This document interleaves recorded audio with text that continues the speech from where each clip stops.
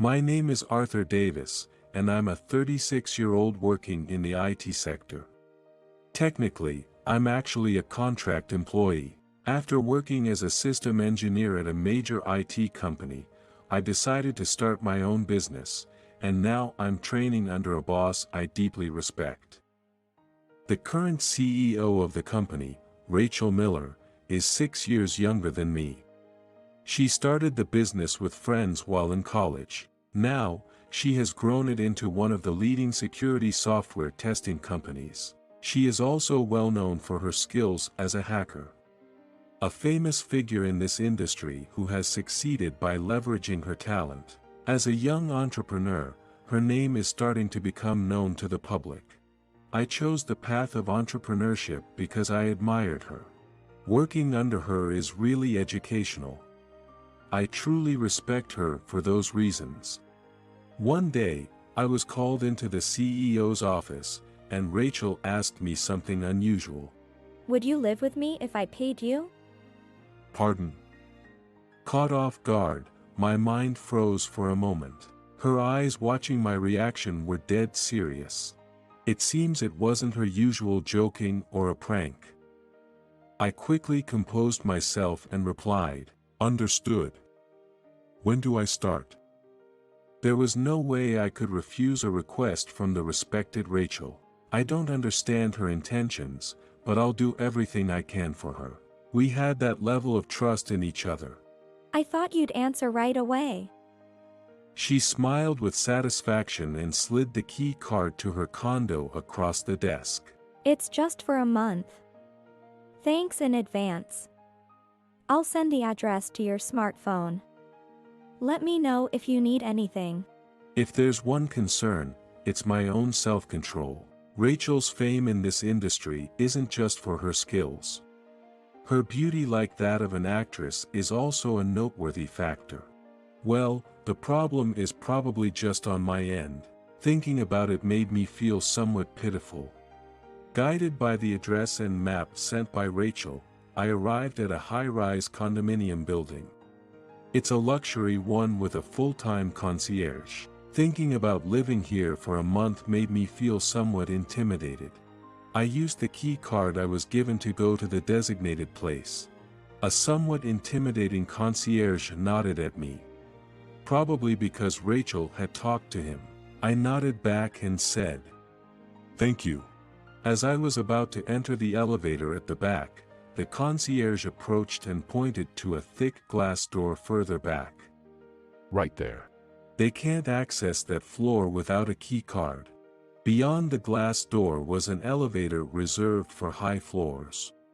A security guard was stationed there. It seems the security was top-notch.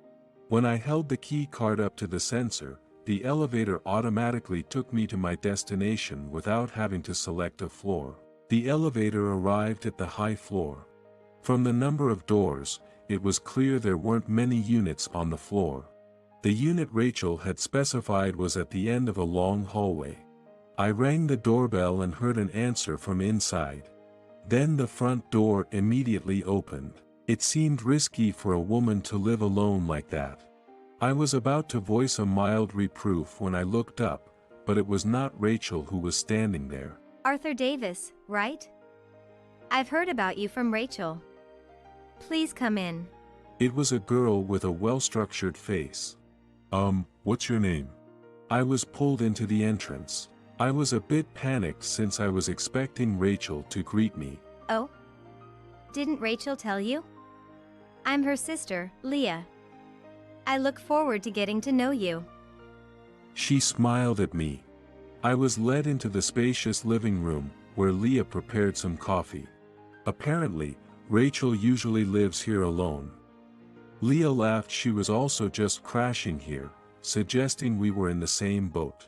Her job is as a photographer who specializes in accompanying high-altitude climbs. She mentioned that she had just returned to the US after a long time abroad. You're always overseas. Is there a particular reason for your visit this time? As I casually asked the question, I regretted my carelessness. Leah extended her left hand in front of me. Even with the bandages, it was clear. Her left hand was missing the little and ring fingers. I got frostbite. She said with a shrug. It must have been a harsh environment. I was called back by a hysterical Rachel. She told me to stay in the US until I'm fully healed. I think you're probably supposed to keep an eye on me. That's when I fully understood the real reason Rachel had asked me to stay. This marked the beginning of our strange communal living arrangement. Living together, it became apparent just how opposite the sisters were in personality. Rachel is logical and cool in everything she does, a real beauty with brains type. On the other hand, Leah is more of a wild child, acting on instinct. She shares the good looks with Rachel but lacks the skincares and makeups. Moreover, she has a talent for destroying electronic devices. It's almost as if it is her gift. Hard to believe she's the sister of Rachel, who leads the IT industry. Arthur! The water dispenser isn't working. Why? One day, she was puzzled in front of the water cooler. Leah, you just need to switch this here. Then it will give you hot water. That was still somewhat endearing. The other day, she had somehow caused the water to flow backward and flooded the floor. During that incident, my computer was also destroyed. Rachel compensated me immediately, but I remember my mind going blank for a moment. Rachel often comes home late, so naturally, Leah and I spend a lot of time together. I teach Leah how to use a computer, and in return, she shares many stories about the mountains. I started looking forward to hearing about her high-altitude climbing adventures while looking at her photographs. Her work is in the death zone at high altitudes. Once I understood it was a life-risking job, I began to respect her more. Meanwhile, she started calling me her computer teacher and grew quite fond of me. Leah, can I continue looking at the photos from yesterday?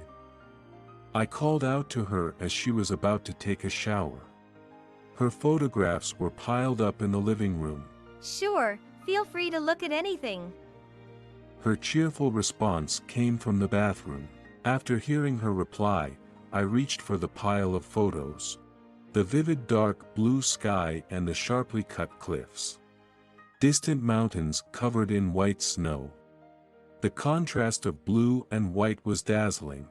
The people in the photos, though their lips were chapped and their eyes hidden by goggles, all had great smiles. Perhaps they couldn't help but smile when Leah pointed her camera at them. Even as an amateur, I thought they were warm and wonderful pictures. Among them, I found a photo with Leah in it. She looked young, almost like a student. It might have been at a high-altitude climbing camp. A young man had his arm around Leah, and they were both smiling to the camera. On her left hand, all 5 fingers were still intact. Doesn't this man look like you? I hadn't noticed Rachel's return, but she leaned over my shoulder and peered at the photo as she spoke. The scent of her usual perfume filled the air, and I tensed up. When I first saw you, I thought you looked like him. This man is Leah's fiancé. He's currently missing. Her slender finger traced the photo as she spoke in a quiet voice. The man in the photo had gone missing during a mountain expedition. His body had not yet been found. He was a solo alpine climber, favoring a light gear approach for rapid ascents. This style has more elements of climbing and is harder than typical high-altitude mountaineering. He became a casualty in a winter mountain. From the bathroom, I could hear Leah humming. I was unaware of her tragic past. I want to keep Leah in the US, within sight, so she doesn't go anywhere dangerous. Rachel's voice was serious. Because I look like Leah's fiancé. My question made her nod apologetically. She had chosen me for this task because I resembled Leah's former fiancé. Rachel thought that if anyone could keep Leah here, it might be someone who looks just like him. As I listened to her explanation, I felt a slight disappointment. whether it was directed at myself or at Rachel. I felt a drain of energy. I had thought that being recognized and trusted by her meant she valued my input. Rachel looked troubled as she glanced at me. I felt I needed to say something, but the words were hard to come by. Please. Leah might listen to you since you look so much like him. I have no one else to turn to. I hate spending nights worried about whether Leah will come home safe. Rachel revealed her true self as she pleaded. Apparently, their parents have already passed away. To Rachel, Leah is likely her only remaining family. Seeing the unexpectedly vulnerable side of the usually cool and collected Rachel took me aback. What? Not at all similar. Don't joke about it. The one who pulled teary Rachel from behind was Leah. She was fresh out of the bath with steam still rising from her. However, her face was filled with an anger I had never seen before. Leah. Realizing Leah had heard everything, Rachel reverted to her composed demeanor. She swiftly brushed her long hair back from her shoulder. I did this because I care about you. Leah cut her off. Don't manipulate people's feelings to make things go your way. Leah's anger was genuine. Her gaze fierce enough to strike. Do you think you have the right to trample on Arthur's feelings and good intentions? Since no one else will say it to you, I will. You're being arrogant. Who do you think you are? It's unbelievable. Accused of arrogance, Rachel stood in stunned silence. It was true that few dared to criticize her directly. She must have felt the truth in Leah's words. She seemed to be at a loss for words, struck by the truth. But I know that Rachel is not such a superficial person. Her kindness often goes unnoticed and misunderstood. This situation should have been handled with a direct conversation with Leah, not through these roundabout methods. Rachel is simply too worried about Leah's well-being. That's all it is. Leah, please don't speak like that. I don't feel like my feelings have been trampled on. I spoke quietly to Leah. It was true that being consulted had made me feel trusted by Rachel. The revelation had been a shock, but my respect for her hadn't changed. I conveyed that to Leah. Rachel looked at me, surprised. Rachel is perfect and respectable at work. But now, I've also seen a new side of her as a caring sister, which is nice. Leah gave me a puzzled look at my words. Rachel looked down in embarrassment. Rachel, is this guy a fanatic of yours? He's not some kind of dangerous person, is he? Are you sure it's okay? Leah, who had been furious just moments before, asked Rachel with concern. Leah pulled Rachel slightly away from me. That attitude hurt a bit. Hey, don't make me out to be some kind of dangerous person. Seeing my dejected expression, the sisters looked at each other. Then, in the next moment, they started laughing hysterically. Leah was even crouching down, slapping the floor. Rachel was trying not to laugh, but ended up squatting down with covering her mouth. Hey, why are you guys laughing? Eventually, they ended up laughing together, holding hands. It seemed like I played a role in their reconciliation. I felt somewhat conflicted though. From that day on, the rest of our time living together was enjoyable. With no secrets or grudges, the two treated me like real family, allowing me to experience what a home felt like after a long time. It even made me think about visiting my own home once in a while. What was funny was Rachel's quick change of attitude. After trying to keep Leah here through romantic manipulation, she then warned me. Don't make a move on my sister. Hearing that made me suddenly more aware of Leah. Even though I hadn't felt anything when we were alone before, lately I felt somewhat embarrassed. That night, Rachel was away on a business trip. After watching a movie together in the living room, Leah and I said goodnight and went to our respective rooms. I think about an hour had passed. Having a beer turned out to be a mistake, as I needed to use the bathroom and crawled out of bed. The hallway was dark, lights turned off. A little light was leaking from Leah's room next door. It seemed she was still awake. Listening closely, I could hear a strange rustling noise coming from her room. Unable to contain my curiosity, I peeked through the crack in the door to identify the source of the noise. What? As soon as I blurted out, I made eye contact with Leah inside the room. I thought it was too late to back out. What I saw her sharpening an axe with a faint smile on her lips. Expecting to be scolded immediately, I waited, but the door didn't open. Unable to hold back, I confessed. Sorry. I heard a strange noise and got curious. I could sense her trying to hold back her laughter behind the door. The next moment, the door swung open. There was Leah with goggles on and brandishing the axe. I instinctively fell on my butt. She looked down at my pathetic figure triumphantly. Consider it divine punishment. She lifted her goggles to show her eyes and grinned. I accept it. I had no choice but to respond. Even these fun days had to come to an end. Our cohabitation, initially agreed to last only a month, had extended over half a year. Lately, Leah had been going out and meeting various people. Rachel couldn't help but worry about it. It's about time I go back. During a rare dinner with the three of us, Leah said something I dreaded hearing. Rachel stopped eating, likely thinking the same thing. Do you really have to go back to the mountains? Can't we just keep living together? She put down her fork and asked Leah. Leah simply answered, No, we can't. When you go back, I'll be alone again. Do I have to spend my days praying for your safety again? You don't understand the pain of enduring that anxiety alone.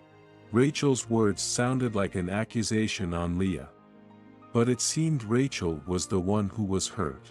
Leah, you are more arrogant than I am. Rachel said with a tone of resignation. I couldn't just stand by silently. Rachel, I'll always be by your side, no matter who you marry. That won't change. Please let me share half of your worries. I truly meant it. Eventually, Rachel would marry someone. But it would be hard for that person to share her concern for Leah as deeply as I do. That's because no one could possibly know Leah better than I do. That's why I just want to share Rachel's worries by her side. If it could lighten her burden even a little. Rachel stared at me, a look of surprise on her face. It was so different from her usual cool demeanor at work. Rachel, it's because you're here that I think about coming back alive every time. So, please wait here for me. Leah reached out and gently held Rachel's hand. Rachel nodded, her voice a soft whisper. Okay. That was enough.